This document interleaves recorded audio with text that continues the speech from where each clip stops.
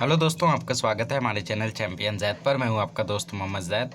और दोस्तों, आज हम लोग दूसरी इकाई में प्रवेश कर चुके हैं और पहले पार्ट से हम लोग शुरुआत करने जा रहे हैं स्वाध्याय कृति की।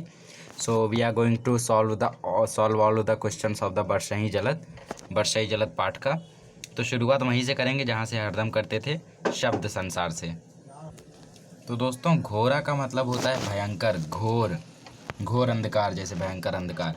डरपत मतलब डरना, खल मतलब दुष्ट, जथा मतलब जैसे, स्थिर मतलब स्थिर, एक ही जगह पर टिका हुआ, निराय मतलब नज़दीक आए, और नवही मतलब झुकना, बुध मतलब विद्वान, तोराई मतलब तोड़कर, ढाबर मतलब मटमैला मतलब ब्राउनिश, लपटानी मतलब लिपटना, जिमी मतलब जैसा, बटु मतलब बालक, विटप मतलब पेड़, बालक मतलब बच्चा कोई भी, अर्क मतलब मदार का पेड़, उद्योग उद्यम मतलब उद्योग, कतहु मतलब कहीं, सोह मतलब सुशोभित होना, दम्भिन मतलब घमंडी, निर्वाही मतलब निराना, तजही मतलब त्यागना, मद मतलब घमंड, चक्रवाक मतलब चक्रवाक पक्षी, भ्राजा मतलब शोभायमान होना, मारुत मतलब हवा पवन वायु, नसाही मतलब नष्ट होना, निबिड़ मतलब घोर घना, और यहाँ पे भी एक शब्द था घोरा।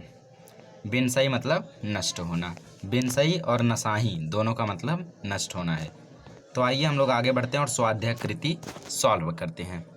तो पहला क्वेश्चन यहाँ पे पूछा है कि पद्यांश में आए प्राकृतिक जल स्रोत, मतलब कि कौन कौन से पानी के सोर्सेज आए हैं पद्यांश में, पोयम में, वो आपको यहाँ पे लिखना है। वो पद्यांश में आए हैं पोयम में।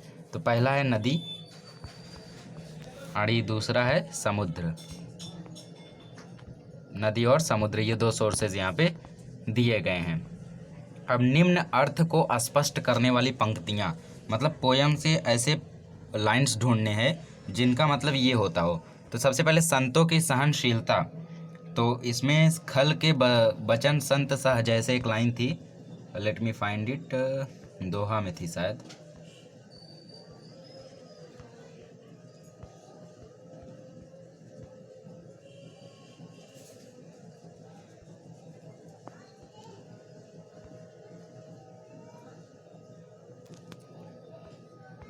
ये रही वो लाइन, यहाँ पे आप लोग देख सकते हैं, खल के वचन संत सह जैसे। तो इस पंक्ति का वो अर्थ है। कपूत के कारण कुल की हानि, तो इसमें हम लोगों ने एक पढ़ा था कि कुपूत के एक पुत्र अगर बुरा निकल जाए तो पूरे धर्म का नसाही नुकसान हो जाता है। जिमी कपूत के उपजे कुल सद्धर्म नसाही, ये वाली लाइन में। तो ये वाली लाइन जो है, ये वाली लाइन में उसका मतलब है। तो ये पूरी लाइन आप लोगों को वहाँ पे लिखनी है। चलिए आगे बढ़ते हैं। तीसरा है तालिका पूर्ण कीजिए।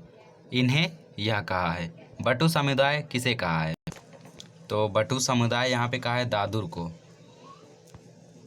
सज्जनों के सद्गुण मतलब तालाब में जल भरना। जिस तरीके से तालाब में जल भरता है उसी तरीके से इनके गुण भरते हैं एक एक करके।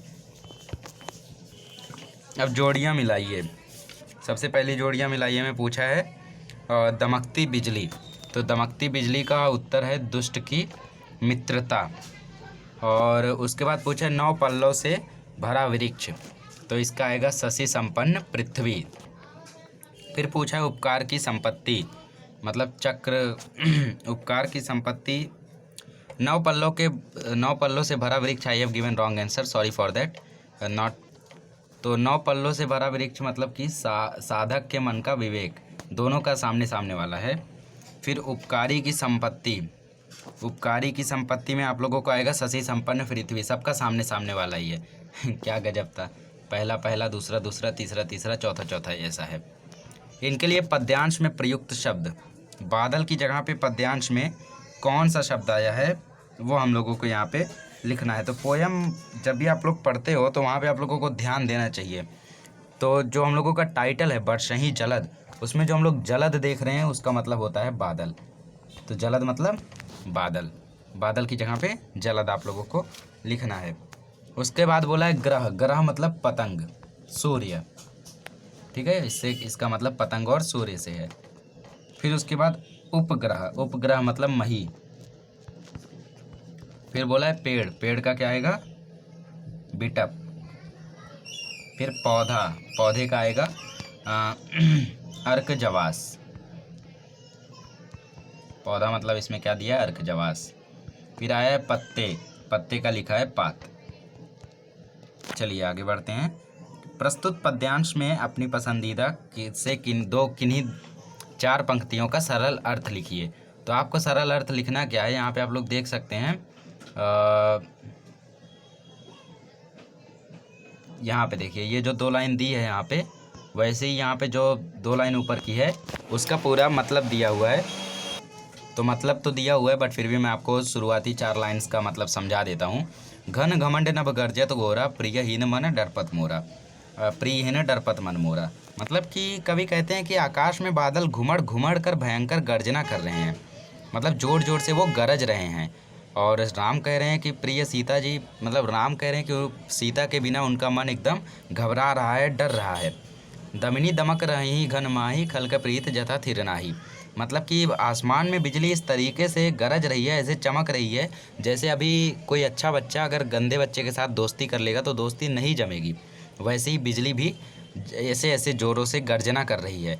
तो यानी वह चमकती है और चमक कर लुप्त हो जाती है। तो बिजली चमकने के कारण श्री राम का मन डर रहा है। वर्षाई जलद भूमि नियराएँ, जथा नभी बुद्ध विद्या पाएँ। मतलब कि बादल जैसा हमारे धरती से जैसा नज़दीक आकर बरस रहे हैं, वैसे ही उसी प्रकार विद्वान की विद्या होती है। जैसे बादल से जब पानी आता है तो ज़मीन एकदम नम्र हो जाती है, वैसे ही जब विद्वान को विद्या मिल जाती है तो उसका मन एकदम नम्र हो जाता है, नम्रता से वो सबके सामने पेश आता है। तो जिस तरीके से भूमि पर पानी मिलता है, वैसे ही विद्वान को विद्या मिलती है। बूंद अघात सही गिरी कैसे, खल के वचन संत सहा जैसे। मतलब कि पहाड़ बूंदों के प्रहार को इस प्रकार शांत भाव से सह रहे हैं। मतलब कि पहाड़ पर इतनी ज़ोर ज़ोर से बारिश हो रही है, बिजली कड़क रही है और इतनी तेज़ तेज़ बूंदें गिर रही हैं, कभी कभी बर्फ़बारी भी हो रही है, फिर भी जो पहाड़ है वो एकदम शांति से, शांत भाव से पूरा सह रहा है, उसको कोई प्रॉब्लम नहीं है। उसी प्रकार से संत होते हैं भाई। संत मतलब कि कोई विद्वान जो काफ़ी अच्छे हों, बुरा व्यवहार ना करते हों, उनको जाके आप लोग 4 गाली दोगे, वो शांति से सुन लेंगे, चले जाएंगे। वो कुछ आपको पलट कर बुरे के बदले बुरा वो नहीं बोलेंगे आपको। तो खल के वचन मतलब जो बुरे लोग होते हैं, उनके जो बोल होते हैं, उनको जिस प्रकार से संत सहते हैं, उसी प्रकार से पहाड़ पानी को सहते हैं। तो इन दोनों का कंपैरिजन किया गया था।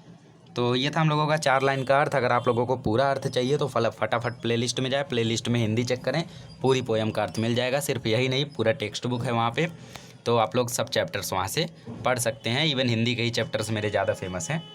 सो गाइस, नेक्स्ट लेक्चर में मिलेंगे तो हम लोग सेकंड चैप्टर क्या है हम लोगों का, 2 लघु कथाएँ, इसका हम लोग स्वाध्याय कृति सॉल्व करेंगे। मिलते हैं नेक्स्ट लेक्चर में।